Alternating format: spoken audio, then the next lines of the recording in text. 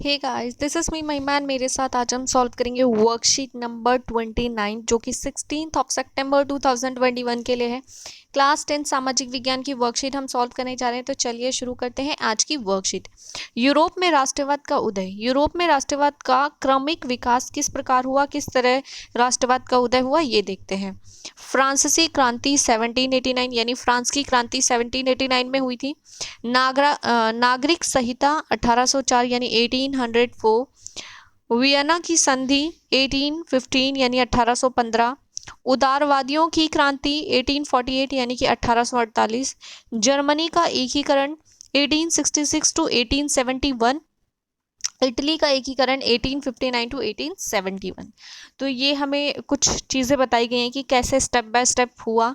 सबसे पहले कौन सी घटना घटी, फ्रांसीसी क्रांति, उसके बाद नागरिक संहिता, उसके बाद वियना की संधि हुई, उसके बाद उदारवादियों की क्रांति हुई, फिर जर्मनी का एकीकरण और लास्ट में इटली का एकीकरण। तो इस तरीके से स्टेप बाय स्टेप ये चीज़ें हुई। आगे देख लेते हैं। फ्रांसीसी क्रांति के आरंभ से ही फ्रांसीसी क्रांतिकारियों ने एक ऐसे कदम उठाए जिनसे फ्रांसीसी लोगों में एक सामूहिक पहचान, राष्ट्रवाद की भावना पैदा हो सकती थी। बाद में नेपोलियन ने प्रशासनिक क्षेत्र में क्रांतिकारी सुधारों को प्रारंभ किया, जिसे 1804 की नागरिक संहिता या नेपोलियन की संहिता के नाम से जाना जाता है। इसके अलावा यूरोप में 19वीं सदी के शुरुआती दशकों में राष्ट्रीय एकता से संबंधित विचार उदारवाद से जुड़े थे। यानी कि इसके बाद होता क्या है, 19वीं सदी में जो शुरू के दशक होते हैं, शुरू के 10 साल होते हैं, उसमें क्या होता है कि राष्ट्रीय एकता से संबंधित विचार जो थे वो चारों तरफ फैलने लगे थे। ठीक है, लोगों के अंदर राष्ट्रीय एकता और राष्ट्रवाद की भावना उत्पन्न होने लगी थी। आगे देखते हैं। फ्रांसीसी क्रांति एवं राष्ट्रवाद। कैसे फ्रांसीसी क्रांति और राष्ट्रवाद का उदय हुआ। संविधान आधारित शासन, यानी कि जनता जो चाहती थी कि एक संविधान बनाया जाए जो पूरे देश के हर व्यक्ति के लिए एक समान हो, उसके नियम सबके लिए एक समान हो, ताकि किसी भी तरह का कोई भेदभाव ना हो। तो संविधान आधारित शासन यानी संविधान बनाया जाए और संविधान पर आधारित शासन किया जाए। समानता, स्वतंत्रता, बंधुत्व जैसे विचार, यानी कि सभी लोगों को समानता का अधिकार मिलना चाहिए। समानता मीन्स सबके साथ एक जैसा व्यवहार करना चाहिए, किसी को बड़ा छोटा ऐसा नहीं समझना चाहिए। तो समानता मतलब सबको एक समान अधिकार। स्वतंत्रता मतलब सबको आज़ादी का अधिकार होना चाहिए। बंधुत्व मतलब भाईचारा, मिलजुल कर रहना। ठीक है, ऐसे विचारों का उदय होना चाहिए। नया फ्रांसीसी तिरंगा झंडा। फ्रांस का नया तिरंगा झंडा बनाया गया था। क्यों? ताकि ऐसा झंडा जो उदारवाद या फिर जो राष्ट्रवाद को डिनोट करता था। नेशनल असेंबली का गठन। नेशनल असेंबली का गठन किया गया। आंतरिक आयात निर्यात शुल्क। आयात मीन्स होता है जो हम दूसरे देशों से कोई भी सामान खरीदते हैं, और निर्यात जो उनको बेचते हैं। तो आंतरिक निर्यात और आयात शुल्क, कोई भी आयात या निर्यात होता है तो उसके लिए कुछ अमाउंट पे करना पड़ता है गवर्नमेंट को। तो आयात निर्यात शुल्क समाप्त एवं माप तौल की एक सामान्य व्यवस्था, यानी कि बोला गया कि आयात निर्यात जो शुल्क है उसे समाप्त कर दिया जाए और माप तौल की एक समान व्यवस्था की जाए। आगे है। फ्रेंच को राष्ट्र की साझा भाषा बनाया गया। फ्रेंच को राष्ट्र की साझा भाषा यानी कि एक जैसी भाषा बनाया गया। 1804 की नागरिक संहिता, उसमें क्या क्या हुआ।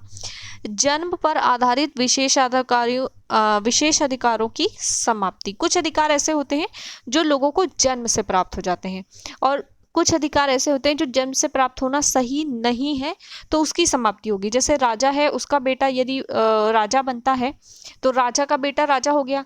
जरूरी नहीं है कि जो राजा का बेटा है उसके अंदर वो एलिजिबिलिटी है कि वो राजा होना चाहिए।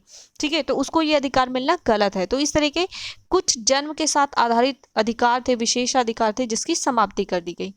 कानून के समक्ष समानता एवं संपत्ति के अधिकार को सुरक्षित किया गया, यानी कि कानून के समक्ष सभी लोगों के लिए एक समान व्यवहार होगा। तो कानून के समक्ष समानता और संपत्ति के अधिकार को सुरक्षित किया गया।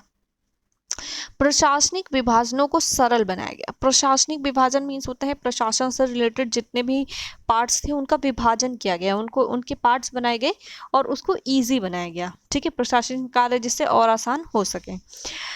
सामंती व्यवस्था को समाप्त किया गया। किसानों की भू दासत्व और जागीरदारी शुल्कों से मुक्ति की गई।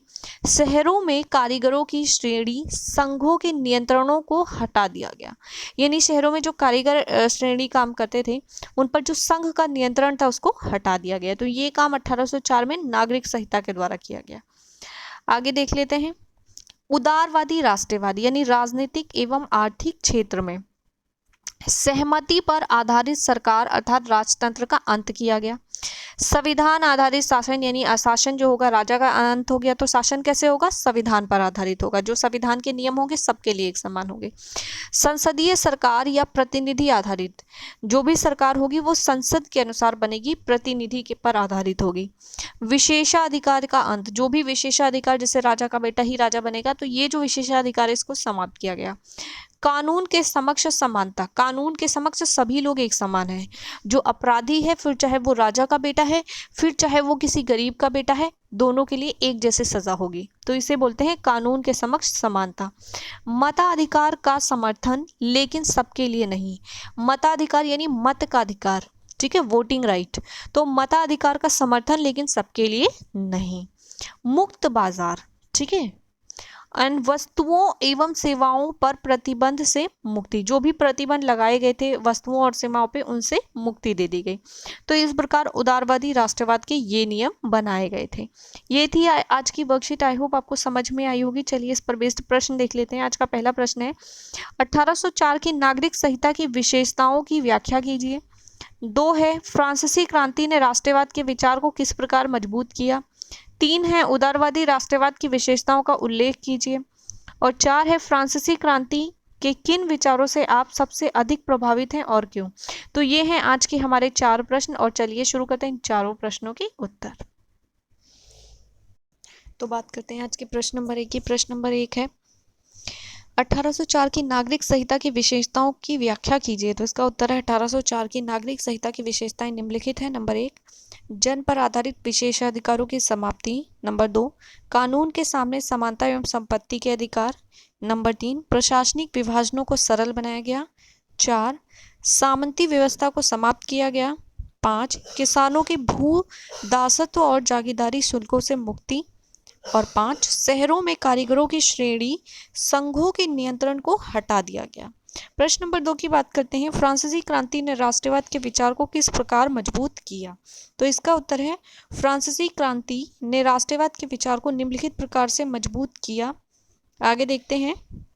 नंबर 1 संविधान आधारित शासन यानी केंद्रीय प्रशासनिक व्यवस्था लागू की गई, जिसने अपने भूभाग पर रहने वाले सभी नागरिकों के लिए समान कानून बनाए। नंबर 2 समानता, स्वतंत्रता और बंधुत्व जैसे विचार। फ्रांसीसी क्रांति के फलस्वरूप फ्रांस के लोगों में एक राष्ट्रवाद की भावना उत्पन्न हुई तथा लोगों में समानता और स्वतंत्रता के महत्व को समझा। थर्ड पॉइंट है एक नए फ्रांसीसी तिरंगे झंडे को राष्ट्र के रूप में स्वीकार किया गया। एंड फोर्थ पॉइंट है नेशनल असेंबली का गठन किया गया। बात करते हैं प्रश्न नंबर 3 की। प्रश्न नंबर 3 है उदारवादी राष्ट्रवाद की विशेषताओं को लिखिए। तो इसका उत्तर है उदारवादी एक राजनीतिक और नैतिक दर्शन है जो स्वतंत्रता, कानून के समक्ष समानता पर आधारित है।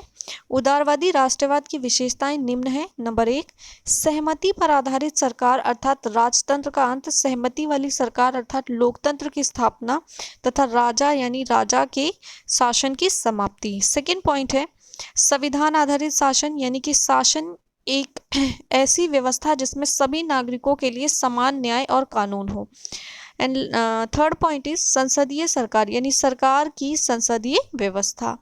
बात करते हैं प्रश्न नंबर 4 की। प्रश्न नंबर 4 क्या कहते हैं फ्रांसीसी क्रांति के किन विचारों से आप सबसे अधिक प्रभावित हैं और क्यों। तो फ्रांसीसी क्रांति के कुछ विशेष विचारों से हम अत्यधिक प्रभावित हैं, जैसे नंबर 1 राजशाही और निरंकुशता, राजशाही और राजतंत्र और निरंकुश शासन का अंत जिसमें राजा का पुत्र ही राजा होता था।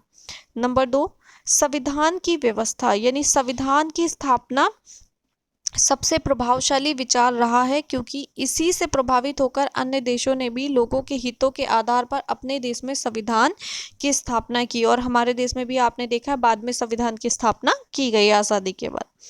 नंबर 3 है स्वतंत्रता, समानता तथा बंधुत्व के विचार। सभी नागरिकों के लिए स्वतंत्रता, बिना किसी भेदभाव, सभी को समान अवसर, बंधुत्व की भावना ने लोगों में राष्ट्रवाद को जन्म दिया। यानी लोगों के अंदर राष्ट्रवाद की भावना को जन्म दिया, जिससे लोग प्रभावित हुए और लोगों ने विचार किया कि अब देश में राष्ट्रवाद होना चाहिए। जनता को अपने बारे में स्वयं सोचना होगा, इसलिए निरंकुश राजाओं का शासन समाप्त किया गया और देश में संविधान की स्थापना हुई, संविधान के द्वारा शासन शुरू हुआ। तो ये थी आज की वर्कशीट। आई होप आपको समझ में आई होगी। वीडियो पसंद आई है तो वीडियो को लाइक, शेयर और चैनल को सब्सक्राइब करना बिल्कुल ना भूलें।